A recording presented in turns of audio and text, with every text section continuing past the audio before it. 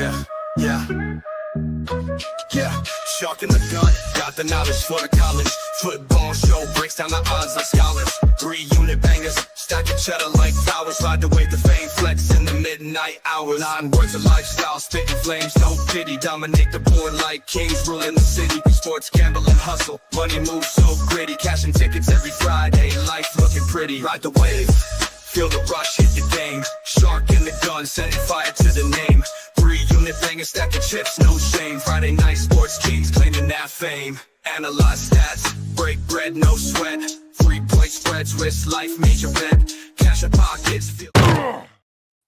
On a suddenly not so casual Friday in December, it is CFB Knowledge for College, the playoff round 1 edition 2024. It is Friday night before Christmas, December the 20th. It is the Shark. It is the Gun right here live on Shark and Waters Nation, X YouTube, and the GunzPicks channel. We hope you guys had a great work week. The year is pretty much over. We're hyped up. It's Friday night. Get those libations. Guns is beyond fired up. Notre Dame's playing tonight. Guns, what's going on, brother? Man, I've been pissing blood. I've been eating raw meat and gunpowder, and I'm ready to strap on the pads and run through a brick wall for my man Marcus Freeman today, because we're going to play the Indiana Hoosiers in first round here tonight to open up the college football playoff. And man, oh man, I'm nervous. I'm excited. I don't even know what I am on this one, but we got to talk about the plays that pay the bills on this college football first round, and I'm ready to dominate the board here today. Shark, let's get into it. 8 o'clock, Notre Dame Stadium in South Bend. Game day is there. I was watching NFL Morning earlier. Manti Te'o was on there. He said, Hoosiers, who's your daddy tonight in South Bend? A lot going on in this game. I know you've been a fan, Gun, since the early 80s. This is a huge moment, a huge game. Talk to us briefly on the fandom, the history, and what are your thoughts on this game? He said, who's your daddy? He should have said, who's your girlfriend, and done like his imaginary girlfriend from when he got trolled back in 2012. I was like, nobody forgets. We get that one. But that guy was an absolute god for Notre Dame. I think the vibes are good. What I worry about is you're not going to get a lot of crowd noise in that stadium. Granted, this is going to be, it feels like the state championship of high school football. We have Indiana and you have South Bend with the Notre Dame Fighting Irish here. But you got a snow game, too, to add to the element on this one. But I think, Marcus Freeman signing that extension alleviates the idea of him leaving after this year.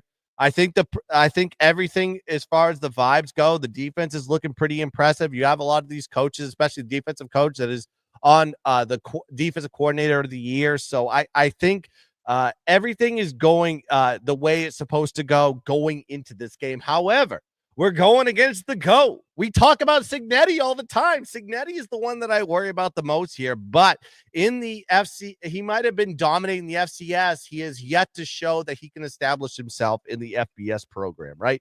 So you see the step up in classes, how they perform against good defense, especially that offense. You saw it against Michigan where they underperformed in that one, getting under 300 yards of total offense in that game.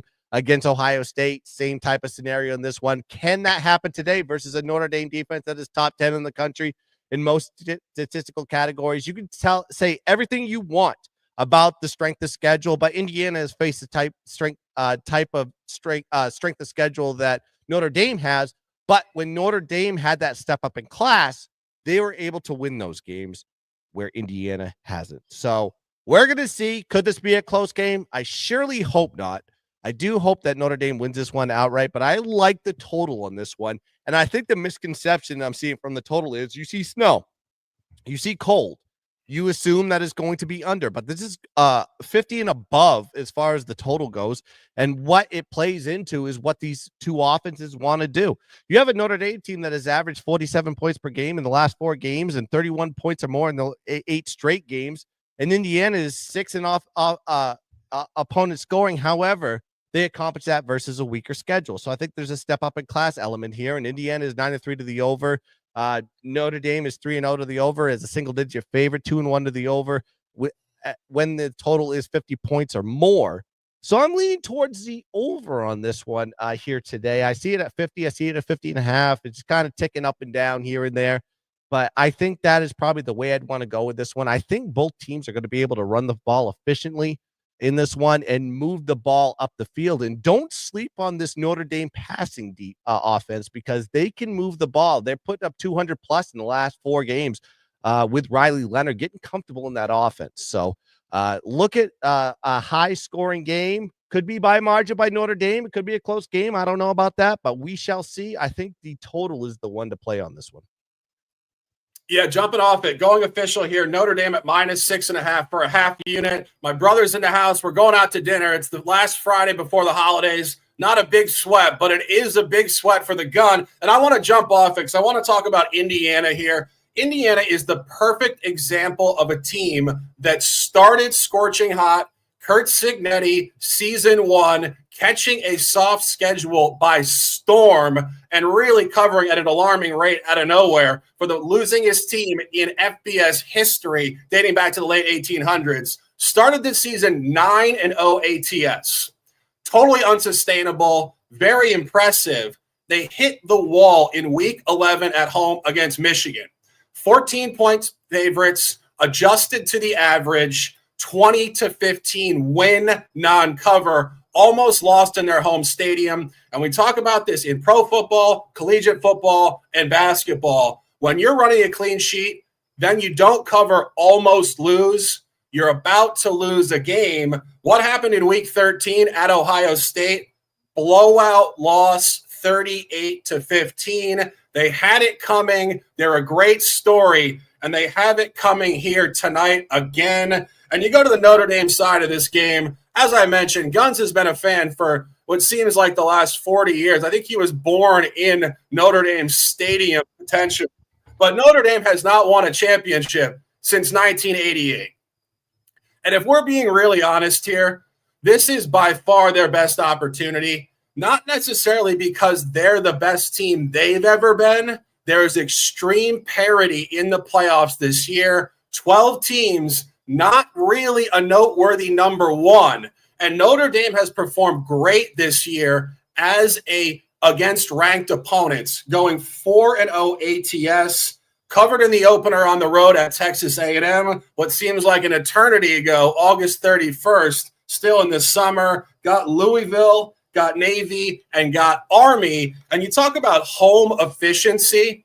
This place is going to be absolutely rocking tonight. Guns and I have been watching Notre Dame hype videos all afternoon. I think I might have converted to the fandom at about 2:40 p.m. Eastern. That's my fault. That's my fault. I'm totally on board with it tonight. This place is going to be cold, live, and open for domination. And if you look at what Notre Dame has done this year, they're 3-1 ATS at home against Power 5 schools, 0-2 ATS early season against MAC opponents, Northern Illinois, egregious outright loss, and Miami of Ohio. Point is, they have momentum. They have a great coach. There's an incredibly strong line. When you see two teams ranked right next to each other with the same record, 11-1, and one team is favored at a touchdown, it's an incredibly strong spot. As I mentioned, Indiana's only road point of the season as an underdog, blown out at Ohio State. Gun said margin. I see margin. I know our guy Sports Dogma also sees margin.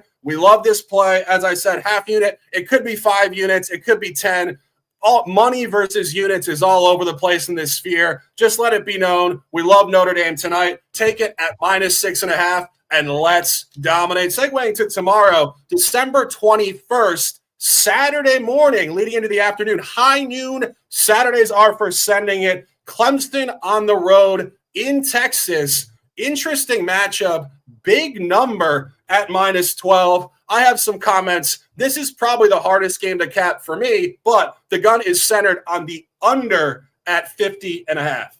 Yeah, I agree with you on this one. The side is very high, but you can put yourself in that position when a double-digit favorite goes into a college football playoff. Historically, they have covered those spread, but I think we're dealing with a different dynamic with the expansion of the playoffs. That's probably going to change by the end of this one, but I like the total on this one. So when you look at both teams, they are good to hold opponents in scoring. You have Texas is ranked second in opponent scoring this season, and you have Clemson that's ranked 39th. Clemson gives up 22 points per game to their opponents, but those results are a little bit misleading. When you have Clemson in a good chunk of their games went over due to pulling the starters. And what I mean by pulling the starters is they get these big leads. And Dabo Swinney loves to give opportunities to guys in the bench, to give them like, a little bit of a playing time, a few more reps to kind of develop them for the year coming. Is like, notably, I want to bring up like NC State, App State, and the Citadel all went over. And the only reason those games went over is because they had these huge leads. They were holding them to low scoring, and there was a bunch of garbage touchdowns that were scored by all three of those teams to get to that over. Those games out of the equation, you look at the games where they actually had to play the starters the full reps. Clemson is 7-3 to the under in those games when the starters had to play all the way through. So this Clemson, in theory, is an under team on the sheer fact that their defense holds their opponents to low scoring affairs. Also, you got to look at the Texas side. The under is 10-3 in Texas games this year, and the only games that went over were versus Michigan. If you watch that Michigan game, though, a lot of turnovers in that game, and there was also a late touchdown, garbage touchdown on Michigan late in the game to get to that over. And then UTSA, where Texas had to basically score all the points to get to that over because UTSA only scored 7, and then I think Texas scored 52, and they actually had to put Arch Manning in there in the second half, and Arch Manning wanted to show out in that game to get to that over. So a little bit misleading on the under on that one, but I think you have two defenses that have big strengths in this game versus two offenses that I believe in Cade Klubnik and Queen Ewers, by the way, played against each other in high school. So these guys are very familiar with each other's games. So I think there's going to be a little bit of a rock fight here in this game. Do I think Texas can win by margin? Possibly. I think Texas is going to want to try to start out fast versus this Clemson team that you saw regress in the second half versus SMU. I think Clemson kind of doesn't belong here, but I think their defense is going to play to the best of their abilities to keep this thing close, especially for a full game type of perspective. So give me the under here at 51.5 as the play. Yeah, I meant to say 12 o'clock, the other game. This is a 4 o'clock game tomorrow. We're hyped up here on Knowledge for College Playoff Edition. I was ready to go. I knew. I switched my notes. This game is at 4 Eastern. Penn State is at noon. But I want to talk about this game at 4 in Texas. And Gunn said it. The under is probably the best look by a mile in this game, in my opinion. Haven't gotten there officially yet, but there's a good reason for it. I don't think either team performs particularly well in this spot. Texas is 11-2 on the season straight up. They're 7-6 ATS. And I think a really important point, they just lost in the SEC championship game to Georgia. That's the second time this year they lost to Georgia. So we are actually very uniquely environmentally specific here in terms of data. The last time they lost to Georgia, a lot of people bought the bounce back the following week. We did not. We had Vanderbilt at home as a dog against Texas, and Texas did not cover the spread in the game following Georgia. I think they might win this game. I don't necessarily see margin coming. The only issue here with Clemson has not performed very well this year against ranked opponents. You got to go all the way back to August 31st, the opener in Atlanta, Mercedes-Benz Stadium, got absolutely blown out by Georgia, 34-3. Key point, very similar line structure there. Georgia did open that week at minus 13.5. I remember having that conversation in week 1, and we said, notice how strong the line is for Georgia, particularly a Georgia team that was in transition coming into the season. And Georgia did hammer them, so books did have a grip on the line. If books do have a grip on the line, it would suggest Texas by margin. But I'm a little bit worried that Clemson has found momentum. And after watching the ACC championship game, which for those of you guys who watched was obviously a very tight back and forth affair, Clemson after the game on field in Charlotte just seemed like they had a bigger energy about them. They seem like they believe. And obviously Dabo Swinney, very religious, always making religious remarks. But I've said this before, religion, for whatever you believe in, is an abundant group energy. It can be very inspiring. And I think Clemson really does rally behind the religious aspect more than most teams. Their players constantly talk about it. But the point is, when they catch momentum, They believe in themselves. Their mental belief is huge here. And something that Guns and I were talking about before the show, Steve Sarkisian here, really in his first run as head coach in a massive, massive playoff game. Sarkisian has had noted substance abuse problems. He's been a little bit all over the place. He's a great person, but here's the point. No experience in this moment. And sometimes a lack of experience can get the better of even a really strong individual. And I think Texas is just kind of in a middle ground spot here on this line. And as I mentioned, last time against Georgia, took a loss, did not cover the following week. So moral of the story is here, I think Clemson has momentum and belief. I think the line is on Texas. If books know what they're talking about here, Texas will win by margin. If there's something bigger than this going on with Clemson, Clemson will cover. Toss game ATS, but conversation always wins. The Gun on the under at 50.5. Segueing back to noon, high noon it will be tomorrow, December the 21st. Going to central Pennsylvania here, Happy Valley, Penn State hosting upstart SMU. Very surprising to find SMU at this point in the season. One of their best seasons in a long time coming out of Texas. And I think that's really a key point in this game starting off. Coming out of Texas, high noon in Pennsylvania, it's going to be 24 degrees in this game. And that is not a comfort zone at all for a Texas team. And it leads me to Guns' official, which is the over, and it is the uncomfortability of these teams trying to play defense in the freezing cold. Guns picks an official over 53.5. Listen, it does get cold in Texas. I've seen snow games in Dallas on Thanksgiving. True. Let's not get it carried away that Texas is Hawaii going into this one. But you have 2-10-2 teams going up against each other, identical as far as statistics go, as far as net yard average and point differential for that matter. Both these teams want to air it out, and they both do it very well. Both these teams will air it out, but both of these teams have good rush defenses, right? Because it's just going to make both teams one-dimensional here. SMU rush defense is ranked third in opponent yards per play and eighth in opposing yards per game. And then you have Penn State's rush defense that's ranked 13th in opposing rush yards per play and 11th in opposing rush yards per game. And they both have good pass offenses from both of them. You have a Penn State team that is ranked 9th in yards per play and 41st in yards per game. On the other side, you have a SMU offense that is ranked 13th in pass yards per play and 18th in pass yards per game in the country. And both these teams really can put points on the board. SMU is ranked 8th in offensive scoring, putting up 36.8 points per game. And you have Penn State that is ranked 24th in the league, in the country in scoring, putting up 33.6 points per game. And both these teams in the last 5 games have really stepped up the offensive level. You have Penn State 35, 49, 26, 44, and 37 in the last 5 games. SMU last 5 games, 48, 38, 33, 38, and 31.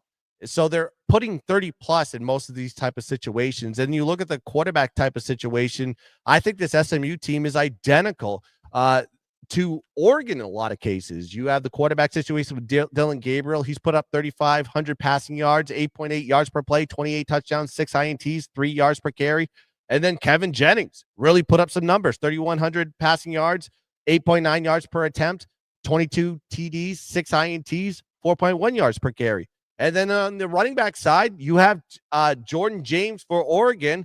Everybody says he's great. He put up 1,250 rushing yards, 5.5 yards per carry. But Brashard Smith for SMU has put up some yards too, 1,300 rushing yards, 5.9 yards per carry. I think there's a step up there on the running back here. And then you saw what happened in that game. It was a high-scoring affair with Penn State and Oregon.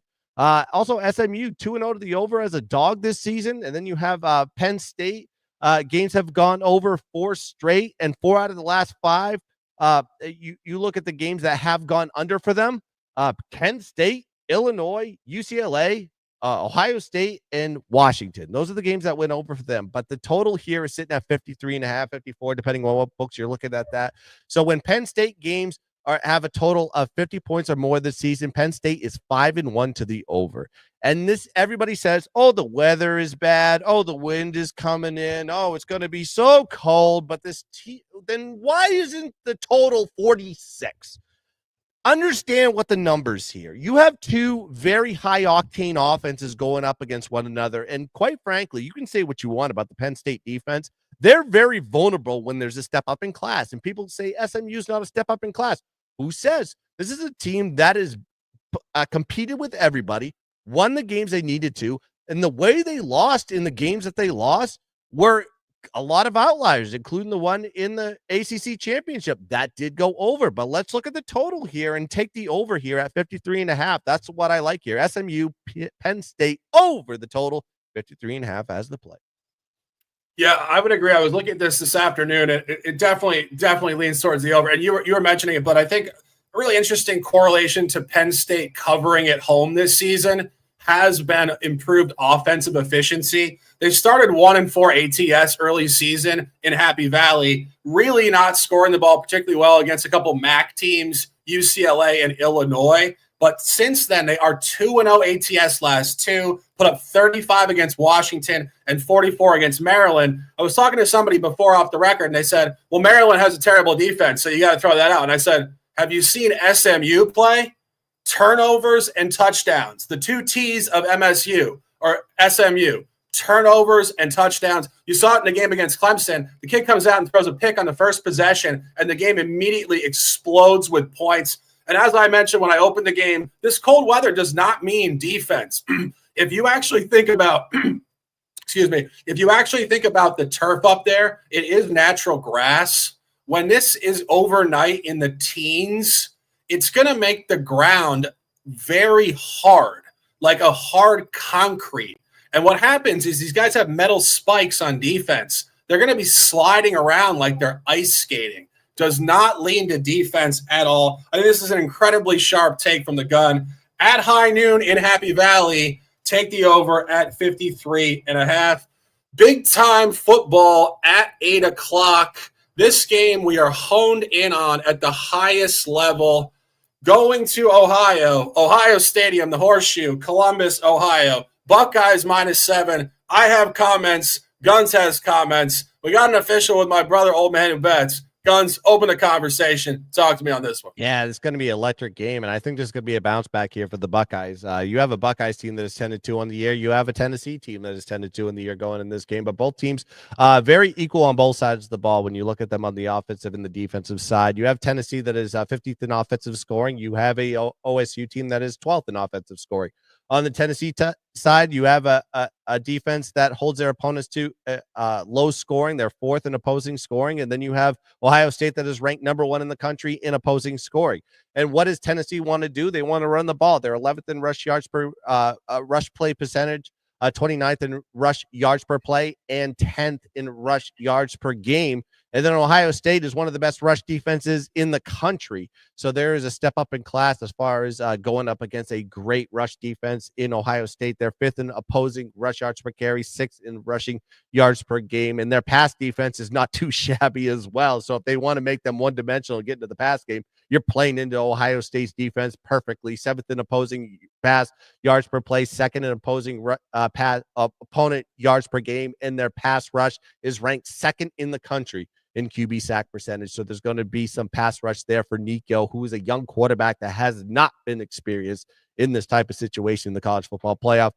So if OSU can make Tennessee one-dimensional and force them to pass, this is their weak point, is passing the ball here for Tennessee, because Tennessee does not pass the ball much. They're 124th in pass play percentage, 77th in pass yards per game, and 91st in opposing QB sack percentage. So what that means is if Nico goes back to pass, Ohio State's going to be right up his neck and breathing down it and crushing this kid.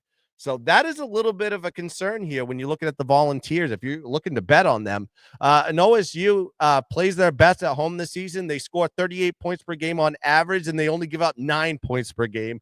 Outgain their opponents by 182 yards per game too. I mean, this is a very good team at home in the shoe, and Tennessee has played their weakest on the road. You look at what they've done. They've put up 29 points per game on the road, including 25 points per game versus Oklahoma, 14 versus Arkansas, and 17 versus UGA. And 2 of those were losses, Arkansas and UGA. I just think Ohio State is going to come out strong here in their building, coming off that bad loss. If people look at that loss to Michigan, sometimes a team just owns another team for a historical run.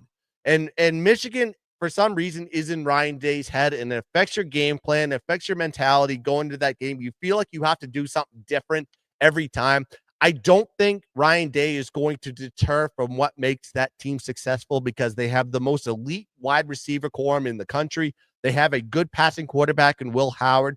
And then they can use the run game with Keyshawn Junkins in the backfield and that offensive line, and just methodically move the ball and let their defense do work versus Tennessee. And it's going to be a cold one there in Columbus, Ohio. So give me Ohio State -7 as the play.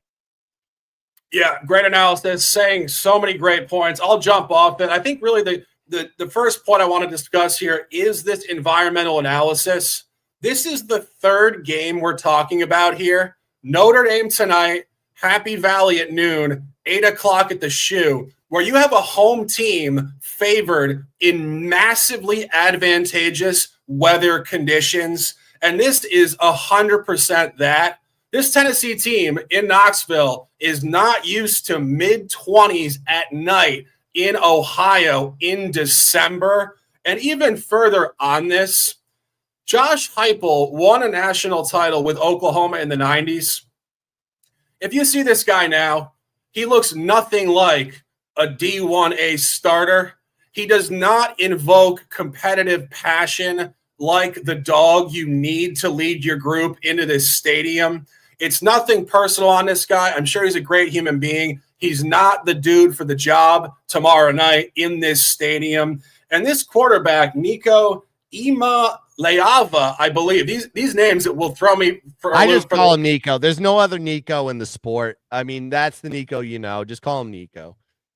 Yeah, Imaleava, I have no idea. We love lava. We don't love this guy in the cold in Ohio. But I will say this. Redshirt freshman, 6'6", long, fast, from Long Beach, California. Talking about the coach not traveling well to this environment. An inexperienced quarterback who's never played in this environment, barely played before this season in D1A football, and is from California.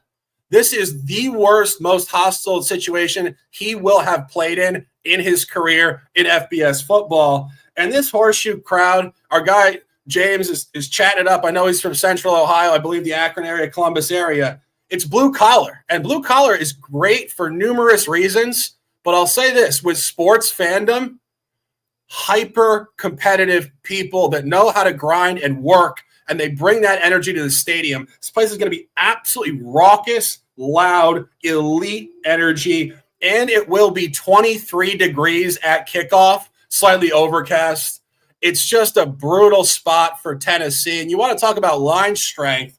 These teams are ranked right next to each other in this playoff, 8 and 9. If they were really supposed to be tight, like the rankings suggest, Ohio State would not be favored by a touchdown. And final point on this, in terms of the actual motivation in the game for Ohio State, as Guns mentioned, did close the season in Columbus with a really pedestrian 13-10 loss against Michigan in week 14. The last time they lost in the final game of the season at home to Michigan, it was 2 years ago. It was J.J. McCarthy, it was Jim Harbaugh hammering C.J. Stroud and Ryan Day in week 13, November the 26th, 2022. Key point here, that was the last time Ohio State went to the CFB playoff.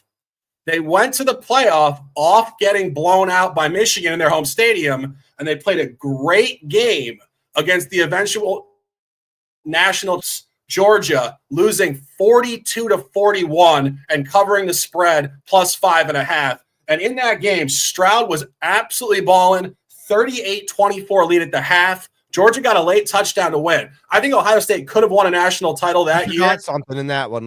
I just want to interrupt you. That one, there was Ohio State took the ball back in that one. CJ Stroud drove them down the field, put them in field goal range. It was a long field goal in that stadium. The kicker missed the field goal to win that game, and that is why they didn't make it advance into the next round. Ohio State dominated in the yardage. They dominated in every single aspect. That team was absolutely electric. They had the best wide receiver core. And this is the same type of team going into this one. Very scary team. Tennessee has no shot, in my opinion. I honestly think Ohio State is my pick to win the national championship when I really go through. I think they have the best team top to bottom. Yeah. And without question. I mean, you saw what they did on the run at Oregon. They lost by 1 point, a total coin flip. Oregon, the 1 seed. This is Ohio State's tournament to lose. They're honestly so overdue. They've gone through Justin Fields, CJ Stroud, a couple other quarterbacks. If there was a team that's so due, I mean, Notre Dame is generationally due, but in this window of the last 5 to 7 years, Ohio State is that team. And final point on this, Guns mentioned it, but I want to just reiterate, the only time this year that Ohio State did play against a ranked opponent at home as a favorite, it was Indiana in week 13. They were favored in a similar range, -10, -11, and they blew out Indiana 38-15. And Tennessee's only road spot this year, like Guns mentioned, as a dog at Georgia, very similar line, +7.5, 14-point loss. Everything's on this: psychology, motivation, small stuff, large window stuff. It's an elite spot. It's a three-way collab. The Shark, the Gun, and the Old Man Who Bets, who maybe we'll get on one of these shows sometime in January of 2025. That's the show for this week. We got a bunch of angles, a bunch of plays. We appreciate you guys immensely. My only official play this week, or excuse me, my 2 official plays this week: Notre Dame tonight, -6.5, half unit, full unit tomorrow. Could upgrade tomorrow night. Ohio State -7, collab with Guns and Old Man Who Bets. The Gun at noon, SMU Penn State over 53.5, 4 o'clock, Clemson, Texas, under 50.5. Fridays are for freedom. This is the power of conversation. We appreciate you guys immensely. Have an incredible night. I'm going out to dinner. Enjoy your life. It is the best of times. Signing out for myself, Old Man Who Bets, who's basically standing right next to me, and of course the Gun. Guns, a pleasure as always. Close them out with some words, and let's dominate. Yeah, shout out to everybody that joined us here. Make sure you like and subscribe to the GunzPicks channel. Make sure you like and subscribe to the Shark in Waters channel, and go check us out on X, GunzPicks, and Shark in Sports 88. And I'm going to be on Sports Wage with Gabe Morency here tonight at 8:12 to sweat out a little bit of the start of the Notre Dame game, to go talk with him. And I'm going to be talking a little bit more ball, a little bit of NFL, a little bit of college football. Go join me there on just look at Sports Rage. You can find me there. And I'll be on it, like I said, 8:15 tonight. So go check that out and make sure we cash some tickets. Go Irish, because I'm going to be sweating. I'm going to be pissing blood. I'm going to be hammering beers. I'm going to be sweating. I ain't going to be sitting tonight for my Irish, because they got to dominate here for the Hoosiers. But let's cash some tickets. Let's dominate the ball. And as always,